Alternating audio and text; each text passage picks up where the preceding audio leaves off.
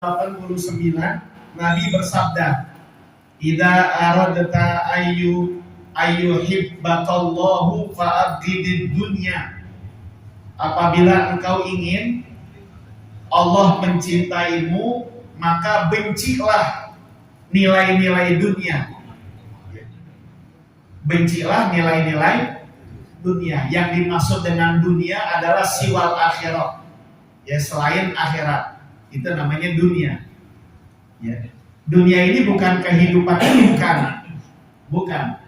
Dunia ini yang dimaksud dengan dunia adalah sesuatu yang tidak memiliki nilai-nilai akhirat. Itu namanya dunia. Ya. Pokoknya segala sesuatu dalam kehidupan kita yang tidak memiliki nilai-nilai akhirat namanya dunia. Contoh yang paling gampang aja dah. Contoh yang paling gampang, kita makan nih, makan. Pada saat kita makan niatin supaya kuat ibadah. Makanlah, ntar mau ngaji, gitu ya. Mana ruangannya dingin AC gitu ya, takut kembung perut. Ya, kalau nggak makan dulu, makan dikit dah. Karena makannya adalah untuk niat ngaji, maka makan tersebut punya nilai akhirat. Tapi ada nggak orang makan ingin memuaskan nafsunya? Ada. Tapi mukbang namanya dah, mukbang ya. Makan apa aja dah. Bukan untuk nilai, bukan untuk beribadah. Bukan tujuan untuk menguatkan badan beribadah kepada Allah, tapi memuaskan hawa nafsunya. Maka makannya itu bernilai dunia. Kita punya kendaraan, motor, mobil, tapi kita pakai buat ngaji, buat bersilaturahim dengan saudara dan sebagainya. Maka motor mobil yang kita miliki punya nilai akhirat. Tapi kalau motor mobil kita gunakan untuk bermaksiat kepada Allah, ini motor dan mobil yang kita miliki bernilai dunia. Dan itu yang harus kita benci, gitu maksudnya. Kalau kita pengen Allah mencintai kita.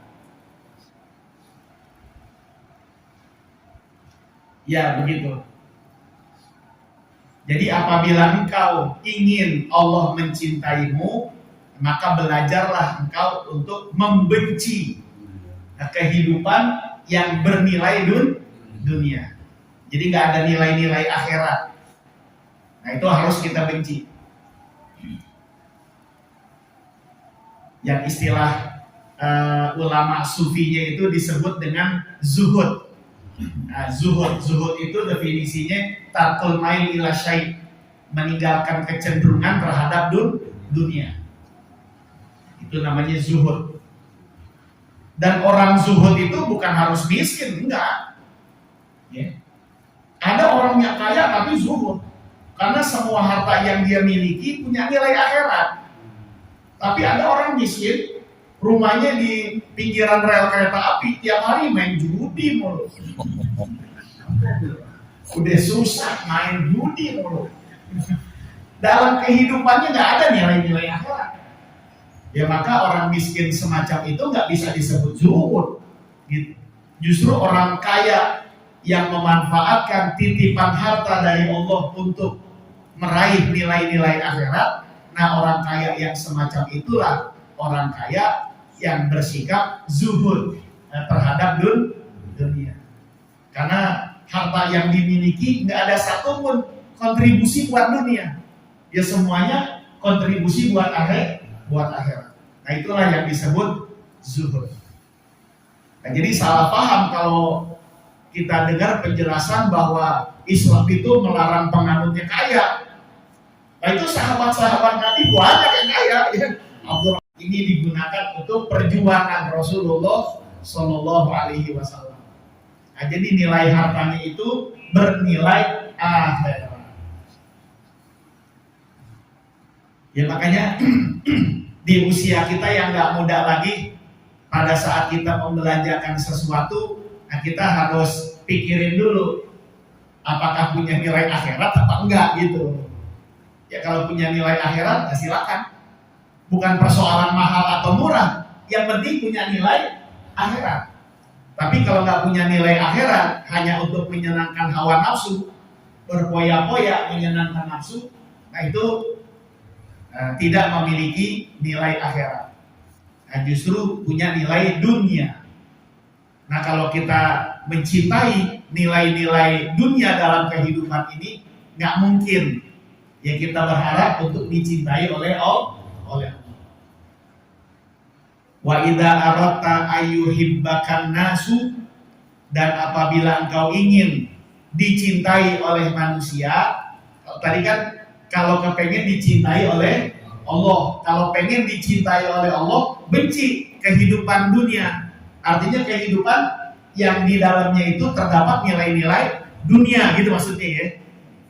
Nah sekarang apabila engkau ingin dicintai oleh manusia, nah, kata Nabi kita, fama kana indaka min fuduriha fanbudhu ilaihim. Maka apapun yang ada di sisimu min fuduriha, berupa kelebihan-kelebihan yang kamu miliki, fanbudhu ilaihim, maka berikan kelebihan tersebut kepada orang lain. Ya, dermawan maksudnya. Ada lebihnya nih bagi orang lain. Ada lebihnya nih, apa yang dibutuhkan oleh anak istri kita udah cukup, ada lebihnya, sedekahin buat orang lain. Orang akan semakin suka sama kita. Karena umumnya orang senang dengan kedermawanan dan suka kepada orang yang dermawan, dan gak suka dengan kebakhilan, dan gak suka dengan orang yang bakhil, yang pelit. Ya jangankan orang yang baik, orang pelit aja nggak demen sama orang pelit. Padahal sama-sama apa? Sama-sama pelit. Lu pelit, lu ada sendiri pelit sebenarnya. Cuman buat nutupin dirinya aja, biar nggak dikata pelit. Jangankan orang yang baik, orang pelit aja nggak demen sama orang pelit.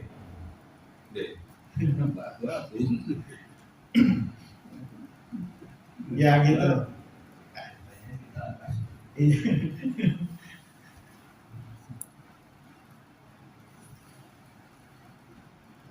Ya, dulu ada tuh salah satu jamaah di satu tempat, ya sering hadir di pengajian, sholat 5 waktu juga rajin. Ya cuman begitu dah, orangnya rada pelit. Satu hari dia sakit, ya sampai beberapa hari. Gak ada yang nengokin, gak ada apa? Yang nengokin, gak ada yang jenguk. Teman-temannya tuh di musola dan pengajian gak ada yang jenguk. Nah kecewa, dia ngadu sama saya. Dia bilang, gimana sih, katanya saudara seagama, tapi giliran saya sakit gak ada apa? Nengokin. Nah saya bilang gini, ente kalau gajian duitnya dikasih bini semua, apa sisanya disedekahin buat yang lain? Ya saya kasih semua sama istri. Ya udah istri ente aja ngerawatin nah. Nah ente pelit. Nah kalau ente baik, ya jangan pakai 2 hari baru denger kabar kita sakit juga. Oh, orang mau berbondong-bondong nanya nih. Nengokin di WA, bos sakit ya gitu ya, biar jauh diparanin. Nah kalau orang pelit, dia dekat samping rumah enggak ditengokin, gua nggak sempet kayak urusan gitu. Bisa juga sakit. Iya.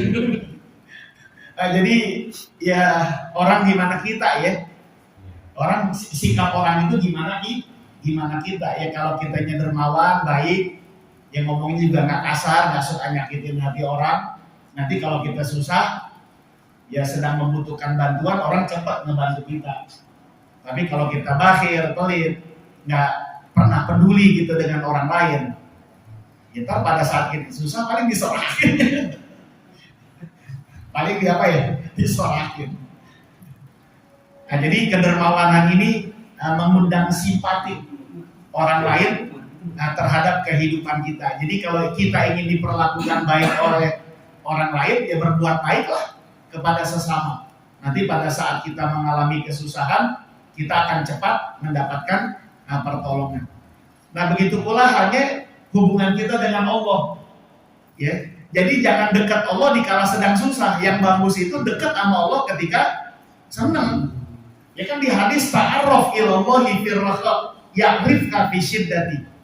Dekatlah engkau, berkenalanlah engkau dengan Allah di kala sedang senang. Ya. Sedang senang. Nanti ya'rifka fi syiddati. Allah akan cepat mengenal engkau di kala engkau sedang susah. Nah, ini lagi senang jauh sama Allah, ya lagi susah Allah gak jauh. Nah, Allah juga begitu, orang juga sama. Dah satu lagi, ya cukup 3 saja. Di dalam sebuah hadis yang lain Nabi bersabda, "Idza aratta an tanqura uyuba ghairika fadhkur uyuba nafsika." Apabila engkau ingin nyebut-nyebut aib orang lain, nah sebut-sebut dulu dah aib dirimu sendiri. Jadi introspeksi diri itu lebih dulu kita lakukan sebelum memberikan penilaian-penilaian buruk kepada orang lain. Karena itu jauh lebih bermanfaat. Karena yang mempertanggungjawabkan amal kita di hadapan Allah adalah kita sendiri. Kita di akhirat nggak bakalan ditanya kerjaan orang lain, enggak lah. Ya, urusan masing-masing. Ya, urusan masing-masing. Jadi nanti di akhirat yang akan dipertanyakan oleh Allah adalah urusan diri kita sendiri. Nah, sebelum kita dihisab, diperiksa oleh Allah, periksa dulu diri kita sendiri. Hasibu qabla an tuhasabu, begitu. Periksalah dirimu sebelum dirimu diperiksa oleh Allah di pengadilan akhirat. Nah, jadi begitulah. Nah, ini hadis luar biasa, merupakan salah satu kendali diri kita untuk tidak sering memikirkan kesalahan orang lain. Karena pesan Nabi, sebelum engkau memikirkan kesalahan orang lain, pikirin dulu kesalahan diri sendiri. Sebelum engkau membahas, menceritakan, mengkoreksi kesalahan yang dilakukan oleh orang lain, koreksi dulu gitu ya, kesalahan diri kita sendiri. Nah, jadi ada rem, ya karena kita nggak bakalan ditanya oleh Allah tentang urusan orang lain. Nah, justru Allah akan bertanya tentang urusan diri kita sendiri di akhirat nanti. Dah bapak-bapak hadirin, karena waktu Isya sudah masuk, yang mudah-mudahan 3 hadis ini yang kita bahas bermanfaat untuk kita, sehingga kita bisa memperbaiki kesalahan dan meningkatkan kualitas ibadah dan ketakwaan kita kepada Allah Subhanahu wa taala. Al-Fatihah.